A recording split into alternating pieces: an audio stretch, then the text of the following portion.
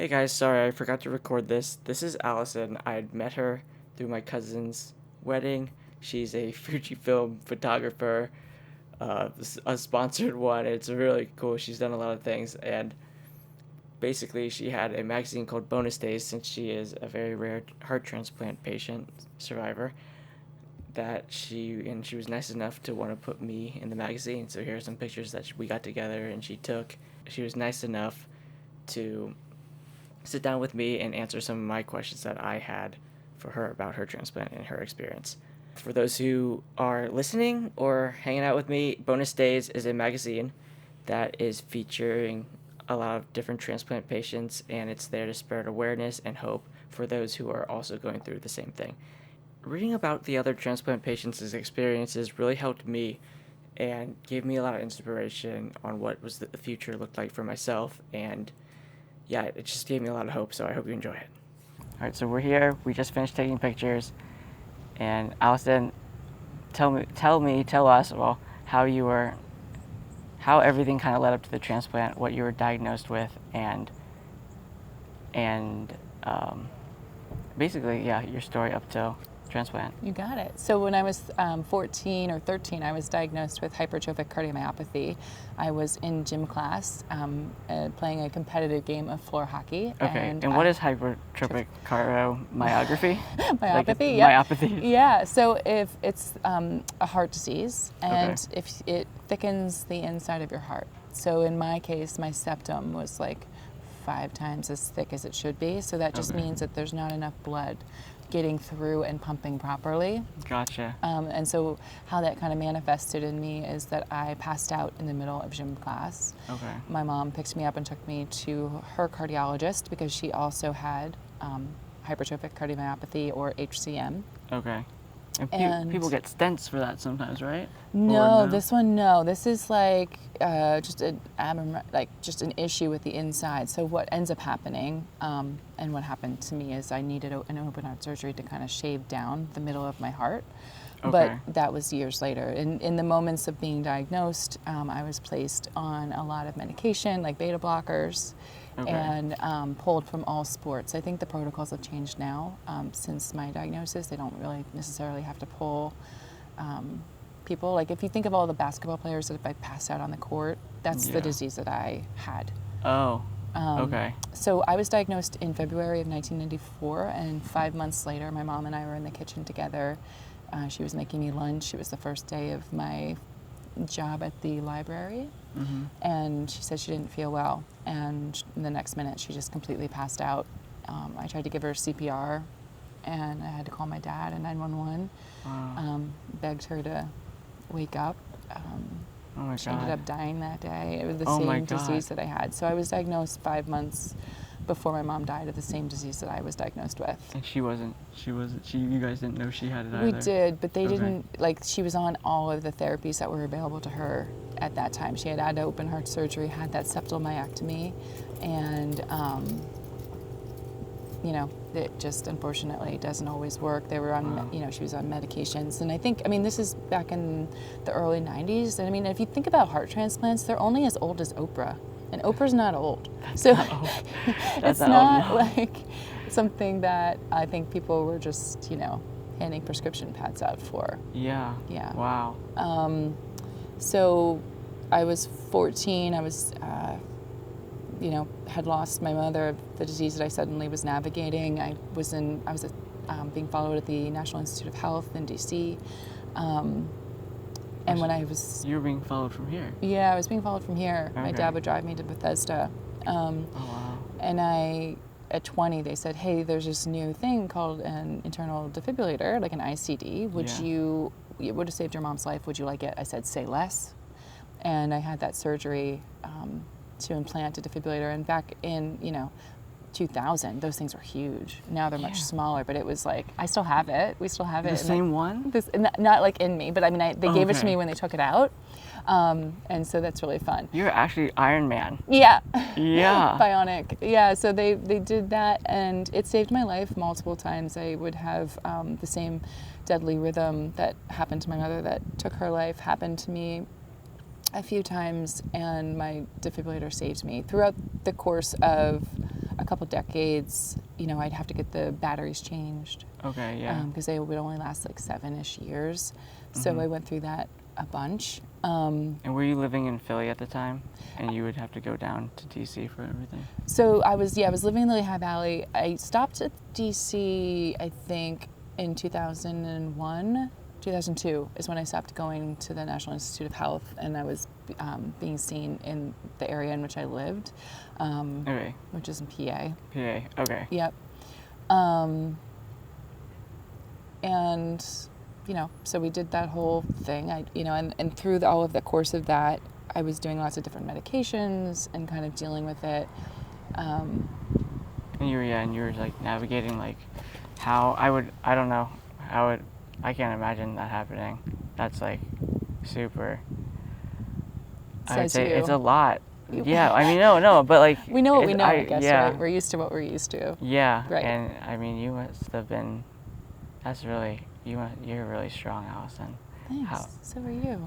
Thanks. Yeah. So what you were, I imagine you were like navigating, trying to be, the loss of your mom, and then also how you're feeling about your condition and right. how things might be working out for you in the future and things like that, right? Right. She was only 42 when she died, so I had always thought I would be 42 when I died. I didn't think I would live past that age. And I mean, honestly, without that ICD, I wouldn't have. I would have died. I think the first time it saved my life, I was in my mid-30s. Oh. So does it like kick in? Or? Yeah, it feels like someone's hitting you in the chest with a baseball bat. Oh my God. Oh, so it's like those stops, internal paddles. The defibrillator just like charges itself and goes. Yeah, it's wow. because it's like it was in my left shoulder, and it has wires in my heart, and it always is like watching your rhythms. And so if it needs to, it will fire from the inside. So it feels like someone's hitting you. I've never been hit with a baseball bat, so I guess that's a bad analogy. But I just assume if someone would hit me with a baseball bat, that's what it would feel like. Wow, and that's what you. Because when it kicked in, you were like, "Ow," and you're like, oh, right. Well, I mean, it's gone off. It would sometimes misfire because in the beginning it still had a lot of like things to figure itself out. And then when it saved my life the first time, I had died, so I wasn't even conscious to feel it. Oh, okay. And then the second time I was alive, and it fired multiple times to kick me out of the deadly rhythm I was in. So. Oh my gosh. Yeah, things were progressing as I was moving forward. I had a brain tumor stint in the middle of all of this, but not heart related at all. Okay. Yeah, and it was not cancer. It was just a pesky little brain tumor that I went blind from, but I got my sight back, so it was all good. Yeah, you just went blind. Just casually. Yeah, casually. As one does. Yeah. Yeah. You almost went full pirate. You went half pirate. You went full pirate. Yeah, I did. You got 2 patches instead of 1. Right. Man. But luckily I was able to get my sight back. But so in 2018, I had a septal myectomy where they went in and it was open heart surgery. They shaved down the middle of my septum to try to give more space to my heart. But that ended up not really working for me. It is successful many times, but it wasn't for me particularly. And it caused me to be pacemaker dependent, so my heart was not beating on its own. So your heart should be synchronized, and mine would like beat like this and then beat like this. And so I could barely function. So your heart should be like on the same rhythm, right? Right. And then yours would be like doom doom doom doom doom doom right. instead of doom doom doom. I think that's I think that's like actual footage of what it sounded like. Really? Yeah. I was there. I was like, that's definitely not right. Let's get the defibrillator back on track. Good call. And yeah, so you're saying that the defibrillator would shoot off by accident every now and then? It did in the beginning, yeah. So when you're like I don't know, getting ready for bed, or like when you're like doing the laundry, or like getting home from school, it would be like exactly. You'd be like, the first time it happened was like shit. one day after post-surgery. They made me get out of bed because you know how they always want you to get out of bed after surgery, and you're like, I can't believe you. I was staring at my scar because I was 20, right? So I now suddenly had this scar on my shoulder, which in hindsight is really funny because it's like now I have thousands of scars. But yeah, you know what I'm saying? Like the first one, you're like, I'm so. Yeah, this is such a. So people are gonna know it, and then you're like, well, whatever. We're Deadpool now. Yeah. Like whatever. So I remember staring at myself in the mirror in the bathroom of the hospital, and all of a sudden I was like, what happened? And it hit, and it slammed me against the wall, and I fell to the ground, and I started screaming, and the nurse came running in, and she was like, what happened? I was like, my device, like I think because this is day 1 of defibrillator. Yeah. This thing just went off, and because of my T waves, Yeah. it read it wrong and misfired. So and they had to you're go already, back like- in and do surgery again. I was gonna say, and you're already like probably groggy from the surgery and everything. I was like, why did you make me get out of bed? Yeah. You did this to me. I know. This is your fault. You did this to me, Jeff. I know. Poor Jeff. So they had to go in and do the surgery again and fix some wires and replace some things. And then it misfired again. I was cleaning the bathroom floor. So clearly these things kept happening when I was like in bathrooms. But Yeah, the bathrooms are like, not today, no pooping today. yeah, no, nothing, not today. So like I kind of went through, the iterations of like them figuring out the technology. Technology got better through time. I received a new device, I want to say in 2007, 2008. They replaced the device itself. And then I had the open heart in 2018 because things were I was having a really hard time, couldn't go up steps. But then that surgery really didn't help. And then it left me pacemaker dependent, which is when my heart was not beating on its own. So they went in, put a new machine in, put a 3rd wire in so that it could make my heart beat. Okay. And then the pandemic hit. And then it was kind of like I was starting to give signs of like heart failure, but in the pandemic. What would you say? I was just making sure it was on. Oh, okay. It was whatever. So I got to the point where I was at a regular cardiac appointment, like my yearly, and he was like, yeah, Alison, if you don't get a transplant in the next 6 months, you're going to be dead. And I was 42, the same age as my mom. God. And you were having a hard time because the blood wasn't flowing as well as it should have been. I would assume that the pathway was getting shallower and shallower. Right. I actually have pictures of my old heart. Really? Yeah. I could show them to you if you're into that. Yeah. Yeah. Let me see. Oh my so gosh. it was basically sort of a situation where I couldn't do anything. I mean, I was doing things. I was still living my life, but it was sort of a slow burn, and I would constantly be saying like, hold on, I need to stop for a second. I need to catch my breath. Oh, okay. I can't do, Yeah. that kind of thing. So they told me I needed a transplant, and my life sort of changed. I know the first time they told me, I was like, whoa. Okay, so this is the outside. You can actually see the wire. That's like oh my gosh, is that the defibrillator? That's the defibrillator wire. Holy smokes. But that's the inside of my heart, where there should be 4 chambers and there should be space. This is the inside of your heart? Right. So like these are different slices? Different slices. Yeah, this slice. It kind of looks like my ostomy bag. Ah. Or like a pork chop. Yeah, looks like a pork chop. Okay, yeah. Doesn't it? A little bit, right? Like a little. Almost colored. Well, so like what I learned, which I didn't know, is all of this white area, Roast beef. it's scarring. And so all of this stuff is not working anymore. And like when you look at it, my heart is completely scarred. So. From the defibrillator? Well, just from the heart failure. Oh, because it wasn't. Why was it? Because it was scarring? trying so hard to work, and it wasn't. It was bleeding. It was seizing out. Okay. And so all of this stuff, it wasn't moving. None of these things were actually moving. Gotcha. So, and I think there was, when I got to see these pictures, there was one thing of being told that your heart was failing, and then there's one thing to see it. And you're like, Yeah, you're like, oh man, that's real. Yeah. Or what did you feel like? Were you That's like? what I felt like. I was like, because at first, like when they told me I needed a transplant, I think because it was such a slow burn of not feeling well, Okay. I didn't believe them. I mean, sure, it was hard to put my bra on or tie my shoes or go up steps, but I sort of like got used to it. Okay. It wasn't like an immediate, like one day I was running, marathons, and the next day I couldn't go up steps. It was sort of this like slow decline. And so for me, my husband and I both didn't believe him when he first said that. We're like, no way. Because in my head I was like, I should be like looking like I'm sick. I should be like barely be able to get out of bed. Yeah.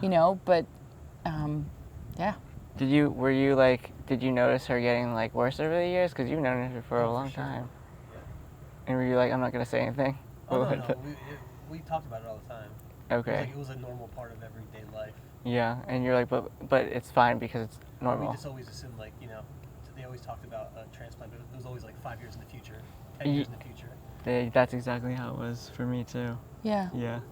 Sorry, my stomach is growling. I'm hungry. I know. We gotta get you out of here. No, but yeah. So like, I think that's the thing is like you just never You never know how you're going to react when someone says you need a transplant. And there's actually a study that says you're more likely to need a transplant than you are to become an organ donor.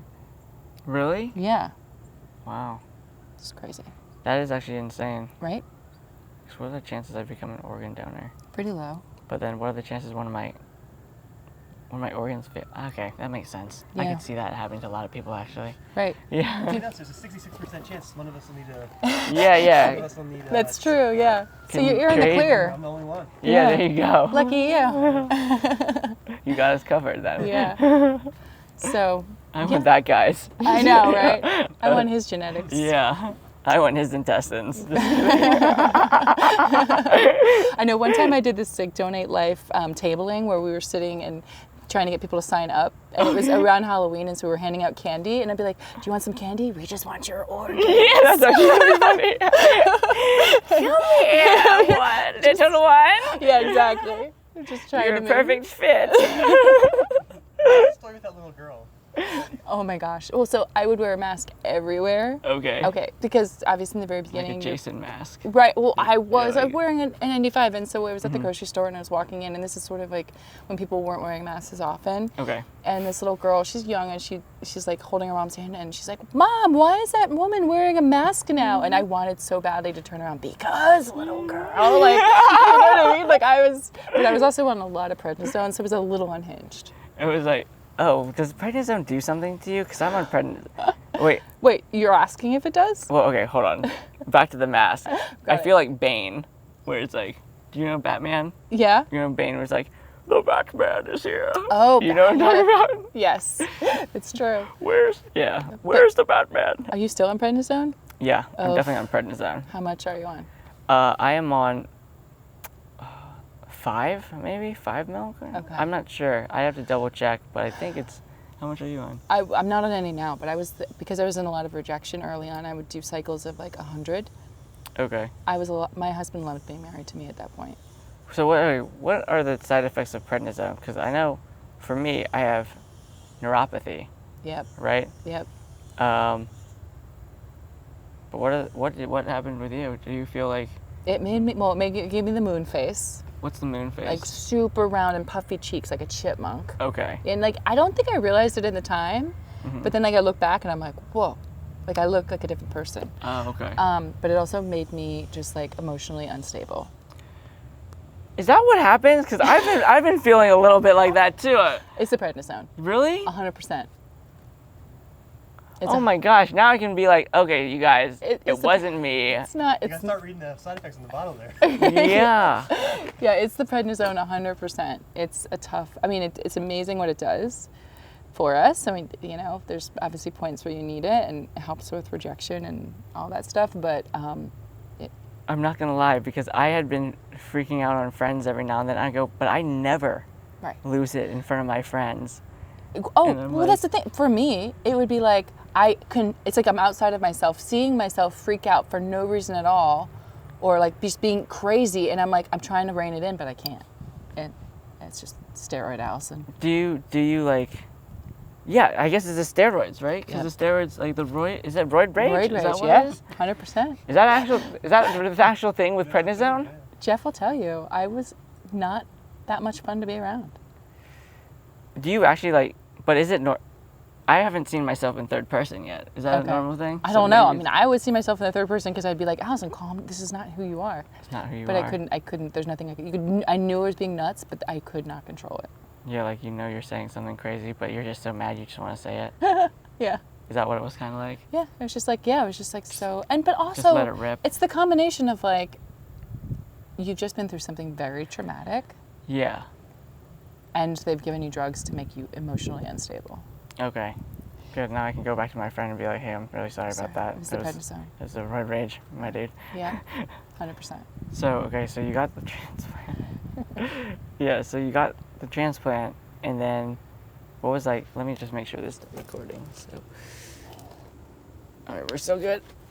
And then you had to like, what was like the feeling? Because I know when we first got the news, we were like, okay, we need to, at first I was like, oh, my life's over. This is endgame, you know, because we never talked about it. Like, this was like the thing that was said to the doctors where they said, if you get this, you'll have maybe 5 years max, tops, you know? Right. Because it was like 10 years ago, and I would say mine's probably somewhere similar to yours where it's like really new.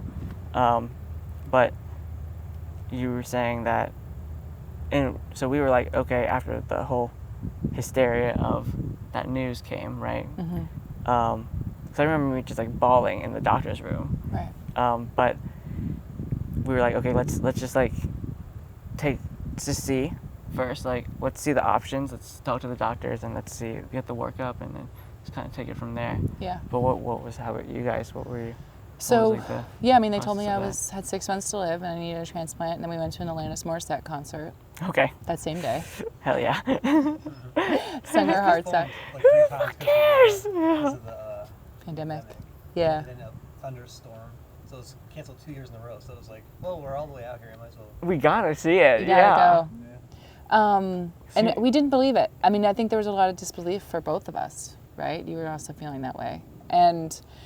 But I was like, well, my doctor was so insistent, and I trusted him, and I loved him so much. And I was like, all right, let's just go through the motions of starting the testing, because I don't know if you started the testing, but like the multitude of blood work and all of the CAT scans and all of the, all the different things that I had to do to kind of jump through the hoops to even see if I was eligible. Mm-hmm.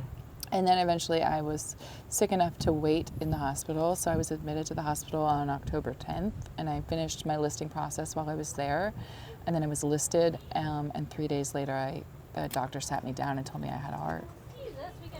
Wow. Oh yeah. Sorry about that, guys. We'll be quick. No, you're good. Yeah. That's all. Thank you. Thanks.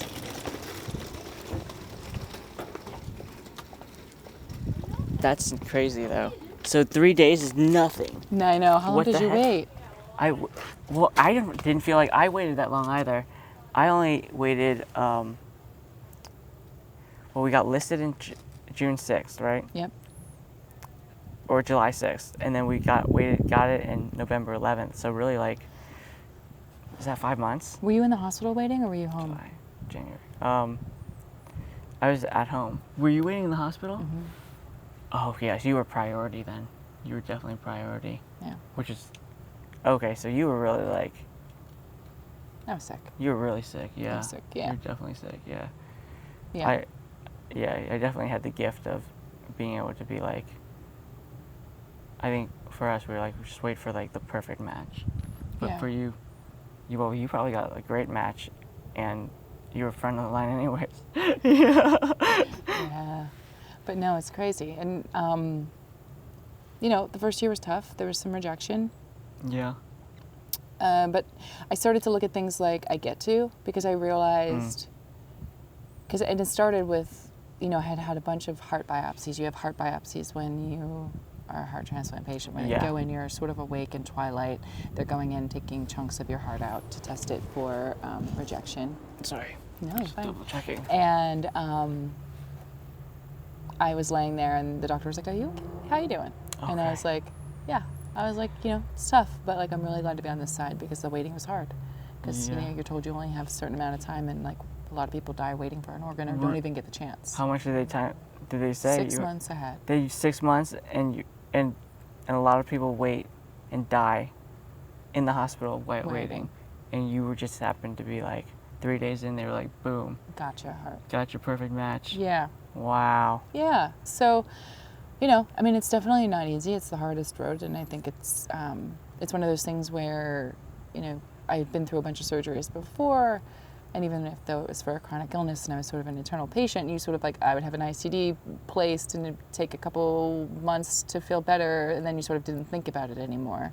This is sort of not that. I think about my transplant every day, not in like an unhealthy way, but I'm just very aware of like taking care of myself. It's a full-time job. Mm-hmm. Yeah.